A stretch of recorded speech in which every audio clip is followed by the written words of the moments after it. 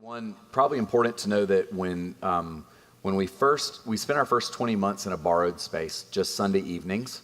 It was a church that was generous enough. We were rejected by like 30 churches that were very threatened at the thought of another church near them. And then one guy said, "You can worship with us." And then we got our building after about 20 months, that little 8,800 square foot building, less than a couple of miles from here. But I did not use that building as an office. My office was in the coffee shops. And so for those of you that are planting churches, I just want to say this building, especially in your formative days, is way less important than you being known in the community as a person who is committed to the community. I think one of the big mistakes that church planters make is that we wait thinking when we get a building, we finally arrived, and then we retreat into the building, and we live this ridiculous kind of field of dreams, Kevin Costner ideology. If you build it, they will come. And the truth is, people, I think for us, one of the critical pieces of our story is people needed to see that we were in their world and that we would meet them in their world. And one clear way that that happened was one of the coffee shops that we hung out in had a blasphemous art display. It was kitschy pictures of Jesus with inappropriate bubble dialogue. And I walked in, it was my office, basically, and sat under a picture of Jesus with children on his lap and a very inappropriate, like sexually explicit, blasphemous dialogue box about pedophilia. And I counseled and prayed for people all day long there. And halfway through the day, the owner of the coffee shop, who's not a believer, came up to me, got on his knees with tears rolling down his face, and he said, "I'm going to take that down because my heart has just been broken watching you do what you do and love us and not walk out of this place." So that's costly identification. And so I would say to you, just be in your world, not just in your church. That was one thing I heard. Yeah. You just say the second? The second was acknowledging our omission of the creed and prayers of the people, except for a once a month prayers of the people. What we're not saying is that we think everybody should do that. What we're really saying is we started Vineyard. And you can only come so far without breaking people. And yet our Northside Parish launch will probably have both of those things present every single Sunday. So don't hear an allergy to the creeds. It's more an acknowledgement of where we come from. And I will say also that one of the things that we didn't hit on is to live more fully into the charismatic stream. Once a month, we have a worship and prayer night in this room where it's just contemplative music and people are prayed for. It's a beautiful service. But also to live into the liturgical stream, we have these seasonal services that we do primarily during the season of Lent and Advent. We meet on the Wednesday mornings in the chapel, and that is a much more robust, a lot of responsive reading, the creed, all of that stuff, a lot like morning and evening prayer. And so we're trying to find, not just on Sundays, but events and opportunities outside of Sundays to kind of express and live into these other streams. And where you start, you got to live with that for the rest of your life. So for those of you that are planting, don't be naive. How you start is going to help. It will tell the rest of your story. Because if I start here and I move this far, I get here. If I start here and I move the same amount, I get here. So it just depends on who you want to be when you grow up. We fell into Anglicanism, and so we were starting over here, and we've only come this far. That probably won't be your story. That's why it's a case study, because it's ours. Todd, what you got? So comments, questions for Chris and team? Yep. All right, let's say you're meeting with an atheist in a coffee shop in town here, and he says, "I watch all the churches in Atlanta, and I see all these mega churches that care about their own property and building their own empires and getting behind, say, the grand old party. And what I don't see are people putting money and resources into caring for the poor. I see people who are homophobic. I see people that really aren't doing our city any good." So how would you respond to someone that gave those objections to you and said, like, why would I want to support anything that you guys do or even consider what you believe based on this behavior that I see in Christians in the community here? Yeah, we try to lead the way in terms of putting our money where our mouth is, and that means for us leveraging well in excess of 10% of all the money that comes into this church outside into mission and benevolent causes, both here and abroad. So I would just say, yeah, it would be a hard sell if a church were in that place. I wouldn't want that person to be on board anyway.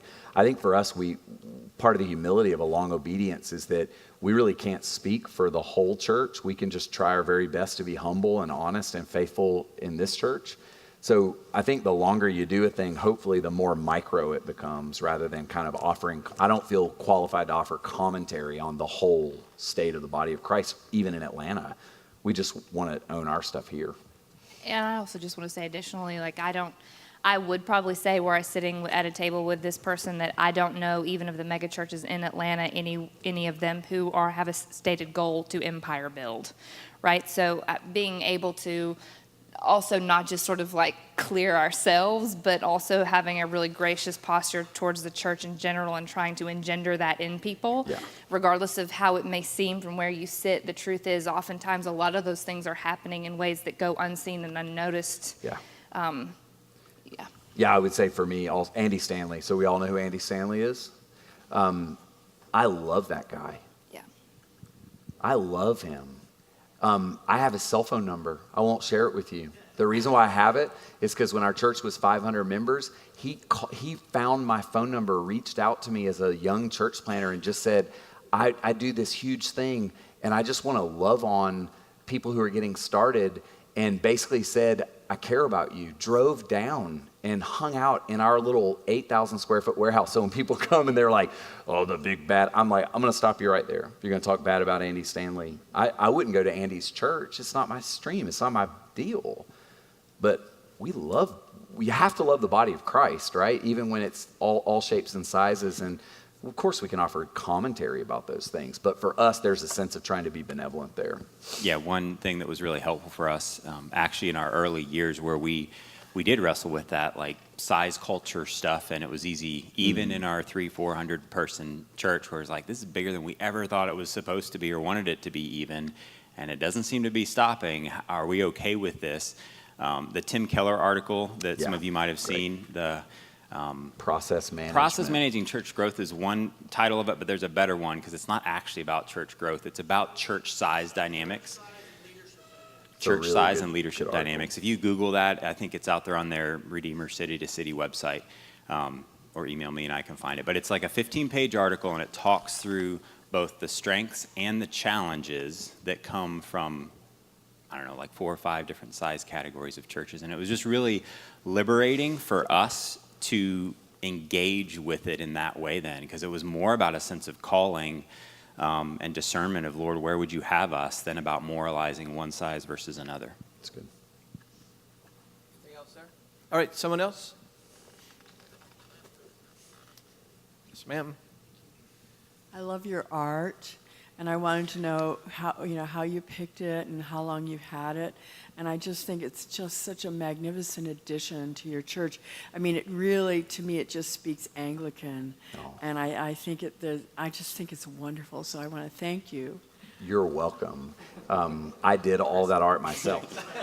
So, Ben, you're going to hate this, but I want you to stand up. This is our communication director, Ben Parks, and he will tell you exactly where and how we got them done, because it's his brainchild. And yet I would say our art rotates based on the liturgical year.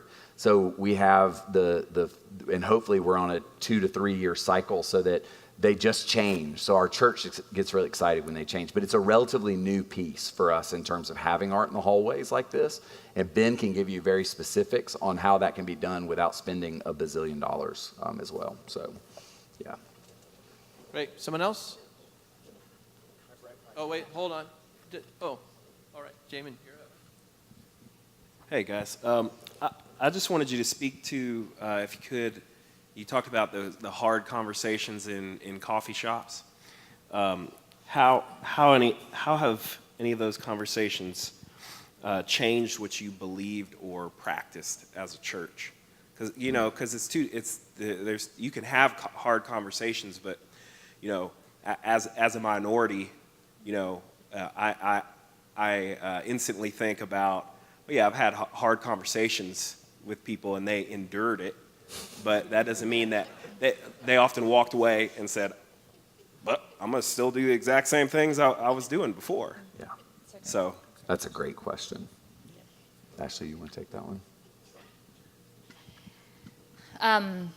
So I think related to like the hard conversations we were mentioning before, particularly related to sexuality, I think that's one of the hardest ones to have because it requires a lot of vulnerability for a person to actually sit down at a table. There's a lot of history there. What has been the most helpful about having those face-to-face conversations is learning, like, for example, we for many years were really reticent to take any kind of a public position when it came to issues of sexuality because we just didn't want to lead with that in any way. We didn't want to put that at the front and center of who we were as a church. We didn't want it to become a kind of immediate sort of front door barrier for people who might otherwise find their way into the life of the church. And yet from sitting down with people over and over and hearing them say, yeah, but actually it would be really helpful to kind of know where you stand when we come here, right? So that we're not starting with a blank slate, having no idea. And so it was in large part those conversations that really motivated us and pushed us out to be like, well, we got to talk about this.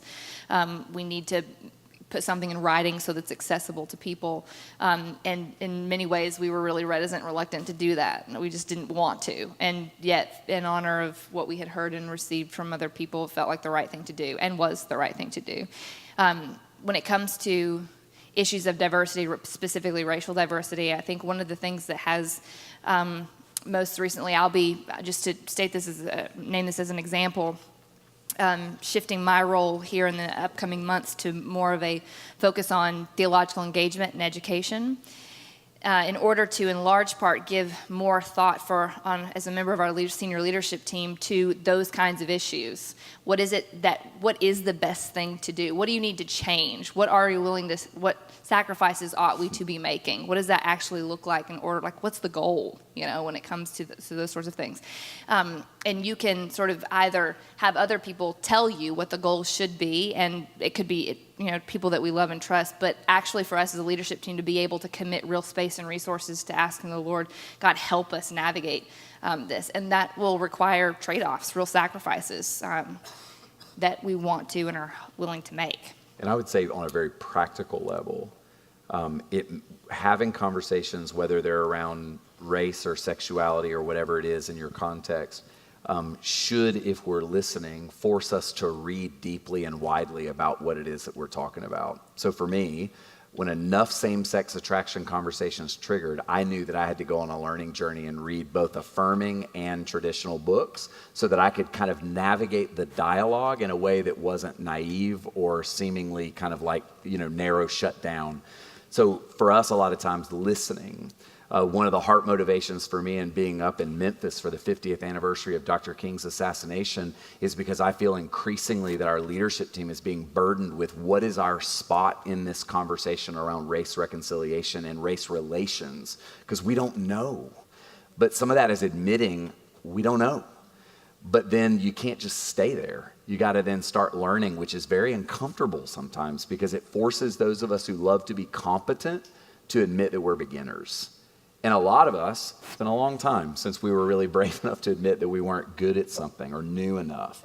So I sat in Claiborne Temple with Sho Baraka and watched a hip-hop musical in the very building where the sanitation workers' strike was housed, where Dr. King met, what took him to Memphis to be assassinated, and looked at the stained glass and said, God, how is this story supposed to get into my bones?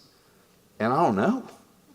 But sometimes saying you don't know is the first step toward figuring out where the Lord's leading you. And I think some of that is just being malleable. Yeah, I would add to that just the intentionality of pursuing relationships with people that are beyond your circle. So books are really helpful, but also I know that in our story with this, I've intentionally sought out people who don't think like me, whether that's organizations or whether that's individuals that I know that are respected, and say, help me understand, tell me where you come from, and intentionally cultivating those relationships, again, in the context of that's my role and that's my job, not just something that's interesting to do. Right. And it's an essential part of who we are, and that takes humility and an openness that's obviously maybe not so natural. Amen. All right, I think we have time for one more. Ronnie. I'll take that one more. Thank you. I've already had a chance to tell Rob how much I appreciate his CD, and I just want to say out loud, Marty, we've had a couple of emails exchange. You don't know me, and that's okay. But thank you for taking the time and energy to write beautiful music for the church. Amen.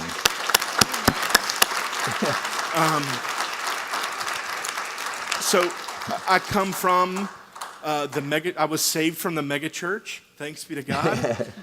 and just saying it out loud, like, okay, I don't mean this in a bad way, but not every Hillsong song is to be sung in a congregation. Like, some of it's just performance. And so I just want to say thanks. Thank you. Here, here. I'm going to force Marty to say something to that. Marty, well, thank you very much. Thank you. Thank you. I will say this about this guy. He and I met in college, and we were in a dorm room together as 19-year-old kids with a guitar and a Bible. It seems like we've always done that. I've had the Bible, he's had the guitar, and watching the Lord form Marty to be an artist that embodies the heart of God for the church has been something that I have seen in action for over half our lives now. And I would echo your sentiments and say this man is a gift, not just when microphones are on, but just as a human. Amen. Here, here.